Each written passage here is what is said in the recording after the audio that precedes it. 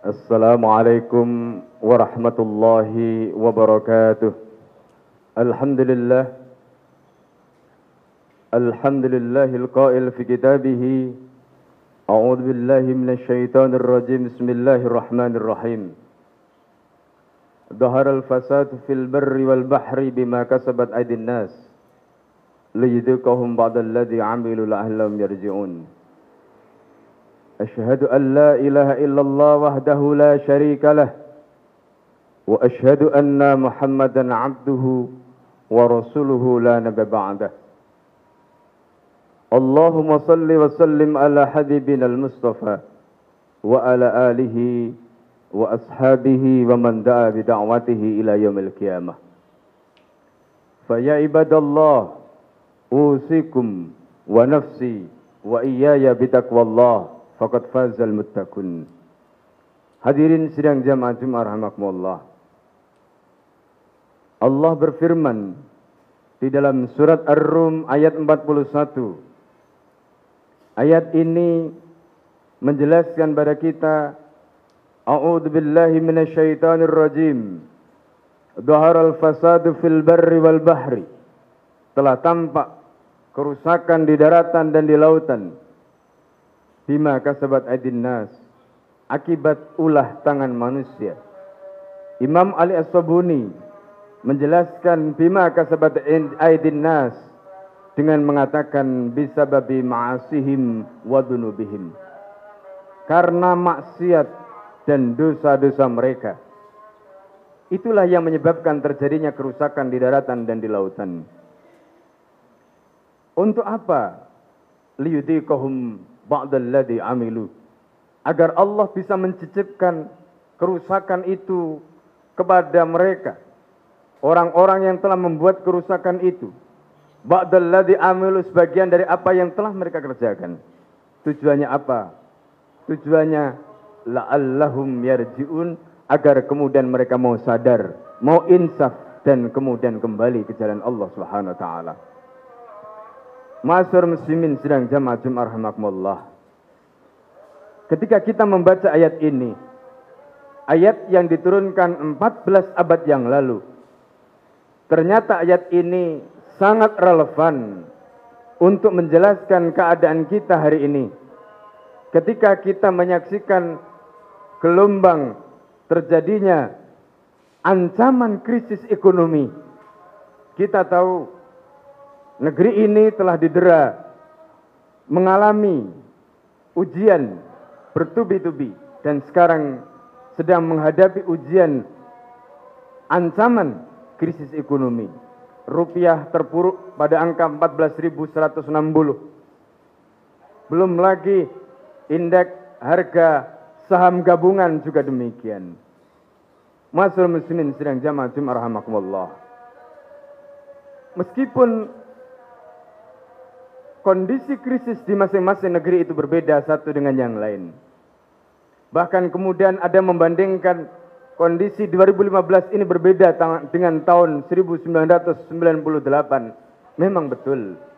Karena ada beberapa faktor yang secara kuantitatif itu berbeda datanya. Berbeda cadangannya, berbeda fundamentalnya. Krisis tahun 98 yang menimpa Asia Tenggara khususnya. 10 tahun kemudian, tahun 2008 menimpa Amerika dan Eropa. Dan krisis yang menimpa Amerika dan Eropa tahun 2008 itu hingga hari ini dampaknya bisa kita rasakan. Apa yang terjadi dengan melemahnya rupiah pada hari ini? Itu kalau diumpamakan ibaratnya adalah seperti seekor gajah yang jatuh di kali, atau gajah itu jatuh di danau dan kemudian menimbulkan efek gelombang. Kemudian gajah yang kedua, yaitu Cina dengan devaluasi yuannya, itu juga menimbulkan efek gelombang dan dampaknya dirasakan oleh kita. Memang betul bahwa krisis ini tidak semata-mata terjadi di negeri ini. Memang betul bahwa krisis ini bukan masalah domestik semata, karena ini yang mengalami bukan hanya Indonesia, tetapi juga negara-negara lain. Tetapi ma'asyiral muslimin sidang jamaah Jumat rahimakumullah, kalau kemudian kita kembali pada firman Allah dalam surat Ar-Rum ayat 41 tadi, mestinya apa yang terjadi itu sudah cukup bagi kita untuk mengambil pelajaran. Seperti dalam hadis Rasulullah sallallahu alaihi wasallam yang diriwayatkan oleh Imam Muslim, la yuldagu mu'min fi juhrin wahidin marratain. Orang mukmin tidak layak terperosok di dalam lubang yang sama dua kali. Orang mukmin tidak layak dipatuk ular pada lubang yang sama dua kali. Itulah hadis Rasulullah sallallahu alaihi wasallam. Kalau kita mengaku sebagai umat Nabi Muhammad, umat Rasulullah, orang mukmin, mestinya kita sudah bisa mengambil pelajaran dari peristiwa-peristiwa yang sudah terjadi. Apakah kemudian kita mau peristiwa itu kemudian terulang lagi menimpa kita? Lalu kemudian kalau kita tidak mau peristiwa itu menimpa kita, pertanyaannya, apakah kita sudah mengambil pelajaran dari peristiwa yang sudah terjadi itu? Dan kemudian seperti yang dititahkan oleh Allah, la'allahum yarji'un, agar mereka kembali itu benar-benar bisa kita laksanakan. Pertanyaan yang paling mendasar kemudian adalah, apa yang sebenarnya menjadi pangkal krisis itu? Kalau kita tidak bisa menjawab pertanyaan mendasar ini, maka tentu kita tidak akan pernah tahu apa yang menjadi sebab dari krisis itu. Dan tentu kita tidak pernah tahu bagaimana solusi dari krisis itu. Akibatnya apa? Krisis itu secara siklik terus-menerus terjadi, bahkan lebih cepat dari perkiraan yang kita bayangkan. Kalau kita mengikuti hitungan 10 tahun sekali krisis ini terjadi, maka kemungkinan 2018 krisis ini akan terjadi. Ma'asyiral muslimin sidang jamaah Jumat rahimakumullah. Kalau kita tarik ke belakang rentetan tahun 2008 yang lalu, maka krisis itu dimulai dari peristiwa terjadinya apa yang disebut dengan subprime mortgage di Amerika, yang kemudian merontokkan Lehman Brothers, perusahaan keuangan yang begitu luar biasa. Dan kemudian dampak dari itu, akhirnya krisis ini menimbulkan resesi ekonomi di Amerika. Resesi ekonomi di Amerika berdampak pada Uni Eropa. Dan kemudian akibatnya Amerika menurunkan suku bunga The Fed, dan setelah itu kita tahu bagaimana logika kapitalis bermain di situ. Ketika suku bunga diturunkan, maka uang-uang atau saham-saham di dalam itu kemudian dibawa keluar. Inilah yang kemudian disebut capital flight, atau melarikan modal dari dalam, di mana di situ terjadi krisis di tempat yang tidak terjadi krisis. Negara-negara dunia ketiga seperti Indonesia pada tahun 2011 mengalami peningkatan mata uang rupiah menguat, indeks harga saham gabungan juga menguat. Ini sebenarnya bukan karena fundamental ekonomi, tetapi karena pelarian modal dari luar ke Indonesia. Dan sekarang setelah tahun 2013 ketika ekonomi Amerika mulai membaik, maka kemudian Amerika berencana untuk menaikkan kembali suku bunganya. Modal yang dari luar akan ditarik balik ke dalam, dan begitulah apa yang menjadi reasoning atau logika kapitalisme. Yang bermain adalah manfaat, benefit. Asas manfaat inilah yang kemudian menggerakkan uang, menggerakkan saham, menggerakkan modal. Ma'asyiral muslimin sidang jamaah Jumat rahimakumullah. Dengan demikian kita bisa menarik kesimpulan sebenarnya. Ada benang merah yang sama antara krisis 2008 dengan krisis tahun 1998. Apa faktornya? Ada 4 pangkal yang menjadi penyebabnya. Yang pertama adalah masalah saham. Yang kedua, adanya saham tidak mungkin ada kalau tidak ada PT atau syarikah musahamah dalam bahasa Arabnya yang memperjualbelikan saham di pasar saham. Kemudian yang ketiga, inflasi.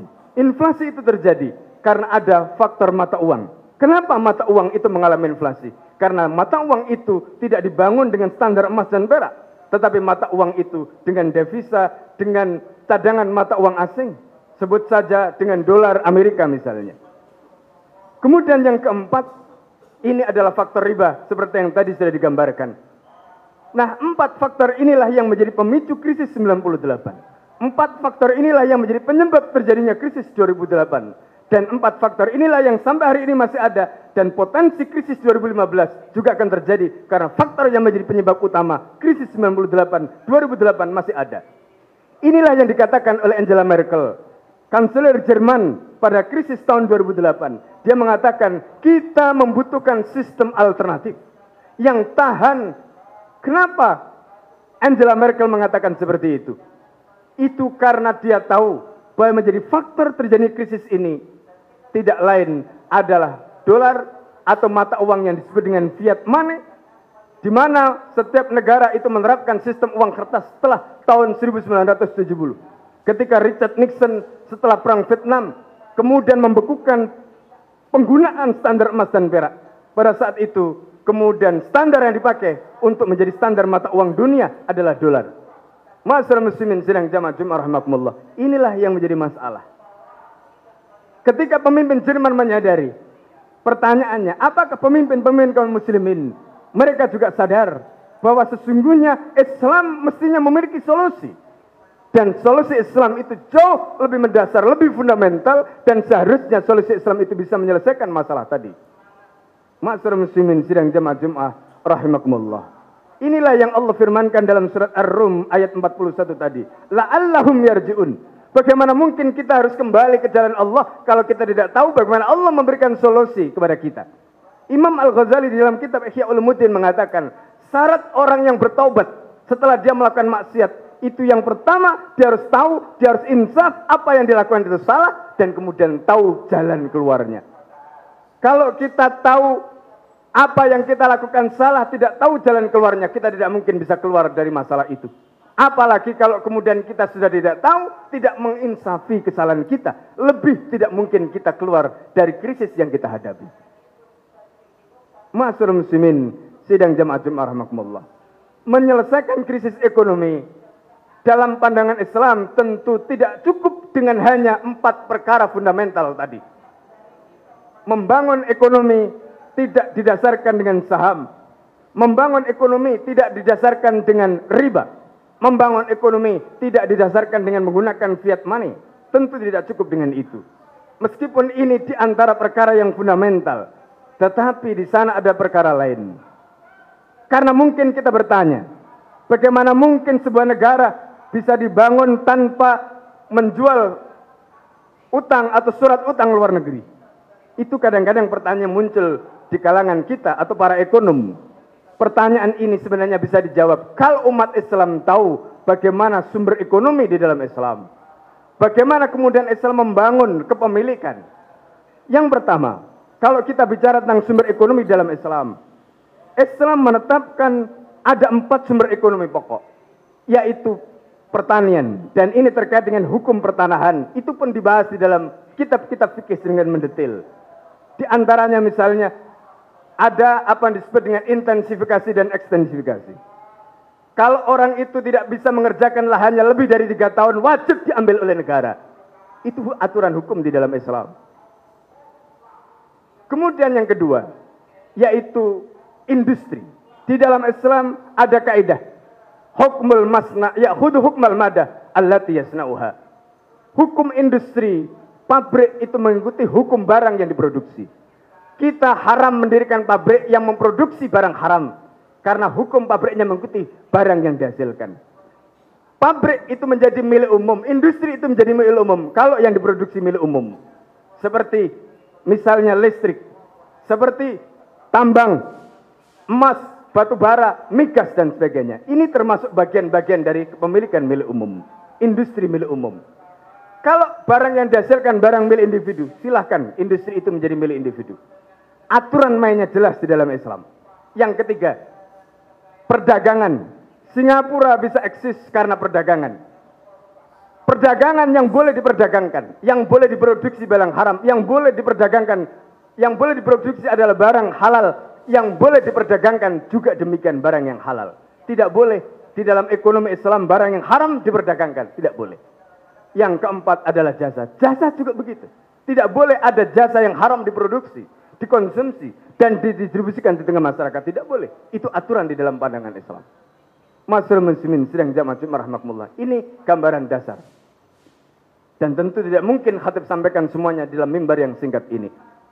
Kemudian yang kedua, selain faktor itu ada faktor yang terkait dengan kepemilikan. Bagaimana Islam mengatur kepemilikan, ada kepemilikan individu. Dihargai, dihormati. Sampai kata Nabi, la yakhilul limri'in ayyakhudha asa akhihi illa an tayyibi nafsi. Tidak boleh seorang itu mengambil tongkat saudaranya. Kalau tongkat saja tidak boleh diambil, maka mafhumnya lebih berharga dari tongkat, hukumnya tentu tidak boleh. Ini menunjukkan penghargaan Islam pada kepemilikan individu. Silahkan boleh memiliki berapapun yang kita mampu untuk miliki, tetapi caranya harus dengan cara yang sesuai dengan ketentuan syariat Islam. Islam mengatur kepemilikan tidak seperti sosialis yang mengatur dengan angka. Islam mengatur kepemilikan bukan seperti kapitalis yang membebaskan dengan hukum yang liberal. Tidak, tetapi ada aturan mainnya. Halal dan haram. Itulah aturan main dalam Islam. Yang kedua, kepemilikan umum. Kepemilikan umum siapa yang berhak menikmati dan siapa yang mengelola? Rakyat yang berhak menikmati. Siapa yang mengelola? Yang mengelola adalah negara. Kepemilikan umum tidak boleh diprivatisasi. Demikian juga kepemilikan individu tidak boleh dinasionalisasi. Ini aturan main di dalam Islam. Masyarakat muslimin sidang jamaah rahimakumullah. Yang ketiga adalah kepemilikan milik negara. Yang dalam bahasa kitab-kitab fikih disebut dengan Baitul Mal. Di sana ada banyak harta yang dimiliki oleh negara. Selain kepemilikan, ada faktor yang kedua terkait dengan bagaimana kepemilikan ini dikelola. Dan kemudian yang ketiga, distribusi. Bagaimana agar kekayaan ini sampai. Dan inilah yang menjadi politik sistem Islam. Di mana politik ekonomi Islam itu menjamin setiap rakyat memiliki hak untuk dijamin kebutuhan dasarnya. Sandang, papan, pangan, kesehatan, pendidikan, dan keamanan dengan gratis. Ini aturan main dalam Islam. Bagaimana caranya? Dengan apa yang digambarkan dengan kepemilikan tadi. Ketika kepemilikan umum itu semuanya dikelola oleh negara. Bukan seperti sekarang 90% migas misalnya dikuasai oleh asing. Sementara negara hanya mendapatkan PPN saja. Maka tentu tidak demikian. Akhirnya negara yang semestinya berhak untuk mengelola itu tidak mendapatkan kas pendapatan dari sana. Tetapi kemudian hanya mendapatkan sedikit dari PPN tadi. Masyarakat muslimin sidang jamaah rahimakumullah. Ini gambaran bagaimana sistem Islam. Nah, ini kalau kita bicara dalam konteks sistem. Menghadapi krisis ekonomi dan bagaimana solusinya kembali kepada hukum Allah. Seperti itulah kira-kira gambarannya. Meskipun ini belum mendetail karena ruang dan kesempatan yang ada pada kesempatan yang mulia ini. Yang kedua, krisis ini juga harus kita hadapi secara pribadi. Dalam konteks sistem seperti itu bagaimana solusinya? Dalam konteks pribadi kita masing-masing akan merasakan getah itu. Apa yang harus kita persiapkan ketika kita menghadapi kondisi seperti itu? Keyakinan kita. Keyakinan kita dan tawakal kita kepada Allah Subhanahu wa taala. Keyakinan kita bahwa rizki biyadillah, keyakinan kita bahwa selama kita memiliki nyawa, maka rizki itu akan mengejar kita. Keyakinan akan jaminan rizki tangan Allah dan apa yang tangan Allah tidak akan pernah kering. Ma indakum yanfad wa ma indallahil baq. Yang di tangan kamu itu yang habis, tetapi di tangan Allah tidak pernah habis. Itulah keyakinan yang harus kita miliki agar kita tidak stres ketika kita menghadapi nilai aset kita yang semakin menurun, semakin berkurang. Keyakinan tadi. Masyarakat muslimin sidang jamaah rahimakumullah. Inilah gambaran bagaimana seharusnya kita kembali ke jalan Allah dan semoga dengan gambaran yang singkat ini mampu menyadarkan kita dan kemudian kita bisa memilih jalan yang benar. Aqulu qouli hadza astaghfirullah li wa lakum wa li sa'iril muslimin wal muslimat wal mu'minin wal mu'minat fastaghfiruhu innahu huwal ghafurur rahim.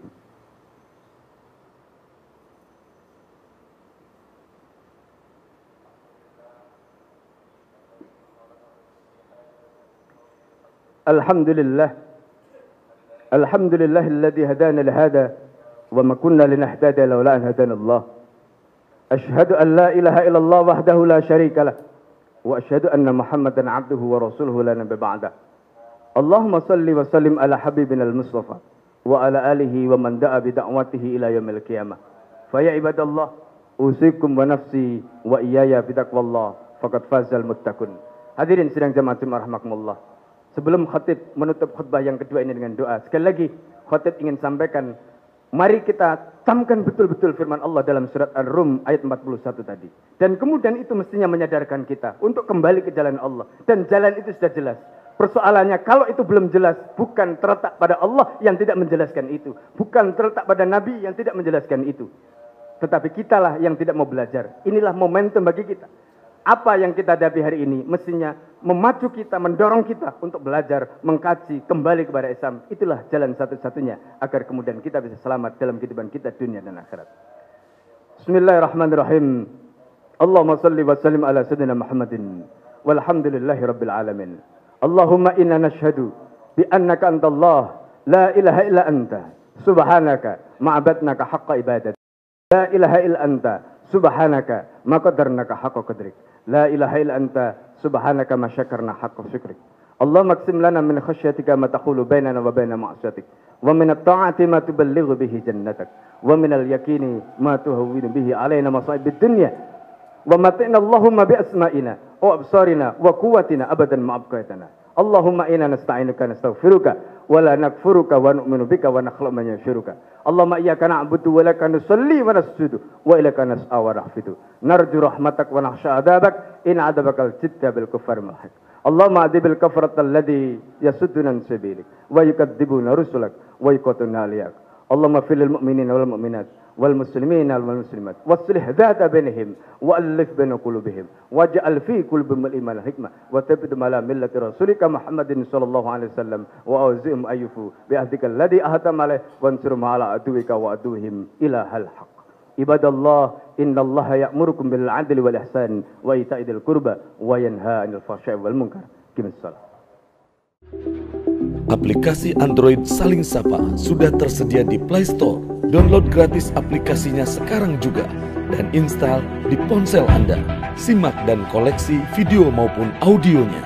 Kini jadi lebih mudah, menyenangkan, praktis, efisien, kapan saja dan di mana saja. Raih keberkahan dalam kemudahan. Salingsapa.com. Berteman dalam kebaikan.